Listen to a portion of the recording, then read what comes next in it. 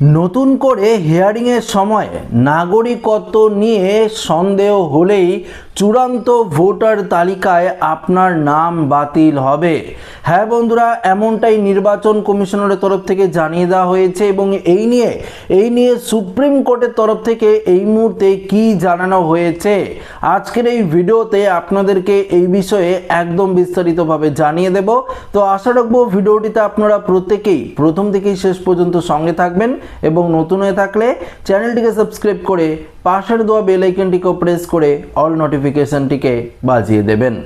দেখুন বন্ধুরা, যবে থেকে হিয়ারিং পর্ব শুরু হয়েছে তবে থেকে এই পর্যন্ত প্রায় 10 লক্ষের কাছাকাছি এই হিয়ারিংয়ে ভোটারদের ডকুমেন্টস কিন্তু আপলোড করা হয়ে গেছে এবং এই নিরিখে নির্বাচন কমিশনারের তরফ থেকে স্পষ্টভাবে জানিয়ে দেওয়া হয়েছে এই 10 লক্ষ ভোটারদের ডকুমেন্ট আপলোড করার পাশাপাশি এখনো পর্যন্ত 11,472 জনের নাম একদম পুরোপুরি নথির অভাবে বাতিল করে দেওয়া হয়েছে। তাদের চূড়ান্ত ভোটার তালিকায় কিন্তু নাম থাকবে না। তো পরিষ্কার বুঝতে পারলেন, হিয়ারিংয়ে তো সবাই যাচ্ছে, প্রত্যেকেরই যে ভেরিফিকেশন হবে এমনটা নয়, তবে যারা সঠিক ডকুমেন্টস অর্থাৎ দেখাতে পারবেন তাদেরই নাম চূড়ান্ত তালিকায় উঠবে। যারা সঠিক ডকুমেন্টস দেখাতে পারবেন না তাদের নাম চূড়ান্ত তালিকা থেকে কিন্তু বাতিল হয়ে যাবে। তো বন্ধুরা, এই মুহূর্তে দেখুন একটি গুরুত্বপূর্ণ আপডেট উঠে এসেছে। এখানে কি বলা রয়েছে সেটি আগে আপনাদেরকে জানিয়ে দিই।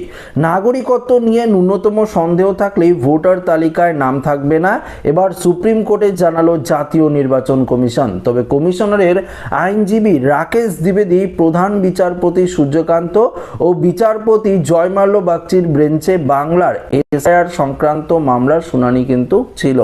শুনানি চলাকালীন অবস্থানে স্পষ্ট করে জানান, নাগরিকত্ব নিয়ে অনিশ্চয়তার কারণে ইয়ারও যদি কোনো ব্যক্তির নাম ভোটার তালিকায় না রাখার সিদ্ধান্ত নেন তার ফলে সেই ব্যক্তি ভারতীয় নাগরিক নয়, এমন বিষয়টি কিন্তু চূড়ান্ত হবে না। দেখুন, আপনার ভোটার তালিকা থেকে নাম বাতিল হতে পারে কিন্তু আপনার নাগরিকত্ব কেড়ে নিতে পারে না কোনো নির্বাচন কমিশন। এই নাগরিকত্ব বিষয়টা কিন্তু কেন্দ্রীয় সরকারের অধীনস্থই থাকে। দেখুন, কারণ নাগরিকত্ব নির্ধারণের চূড়ান্ত দায়িত্ব কেন্দ্রীয় সরকারের। এসআইআর সংক্রান্ত শুনানির সময় বিচারপতি জয়মাল্য বাগচি কমিশনের আইনজীবীর কাছে জানতে চান, কেন্দ্রীয় সরকারের কোনো ব্যক্তির নাগরিকত্ব নির্ধারণ না করা পর্যন্ত সেই ব্যক্তির ভোটাধিকার কি থাকবে না?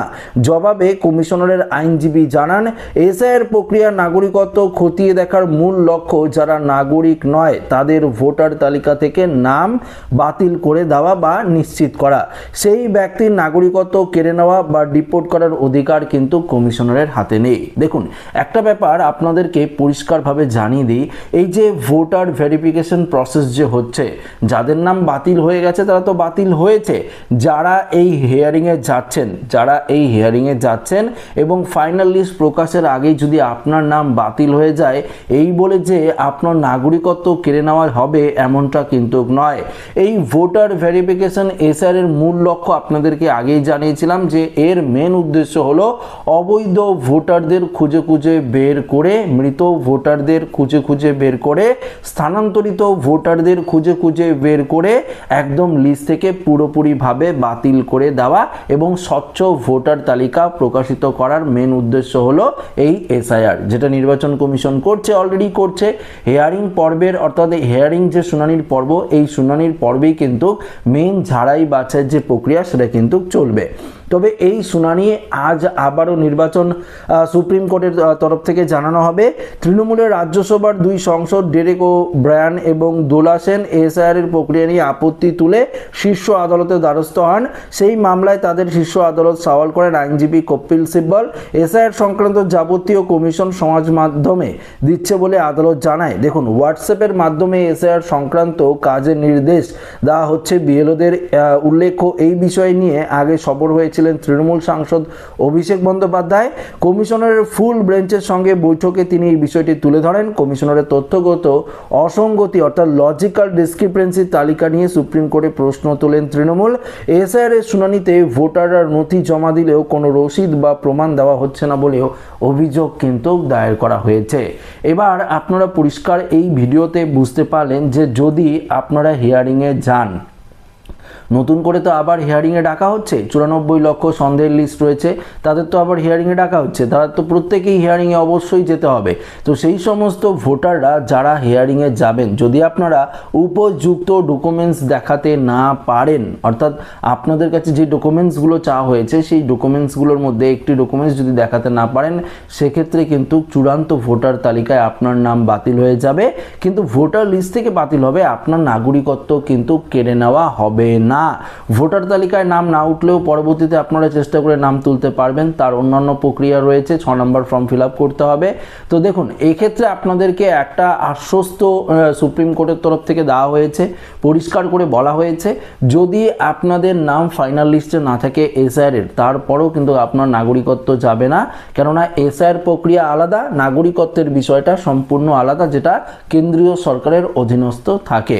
তাই আপনারা আতঙ্কিত হবেন না। অযথা আপনারা আতঙ্কিত না হয়ে যদি আপনাদের শুনানিতে ডাকা হয়, অবশ্যই কিন্তু আপনারা শুনানিতে গিয়ে উপযুক্ত ডকুমেন্টস দিয়ে ভেরিফিকেশনটা করে আসবেন নিজের দায়িত্বে। তো আশা রাখবো ভিডিওটি প্রত্যেকের ভালো লেগেছে। ভিডিওটি ভালো লাগলে লাইক করবেন, আমাদের সাথে শেয়ার করবেন, নতুন থাকলে চ্যানেলটিকে সাবস্ক্রাইব করে আমাদের সঙ্গে জুড়ে থাকবেন। ধন্যবাদ।